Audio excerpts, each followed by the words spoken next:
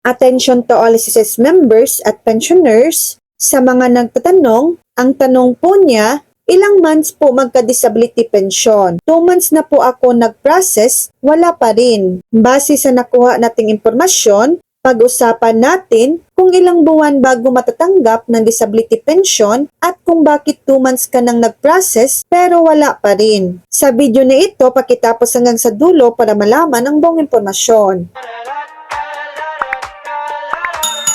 Ang tagal ng pagproseso ng disability pension ay maaring mag-iba, depende sa ilang mga kadahilanan. Una, completeness ng dokumento.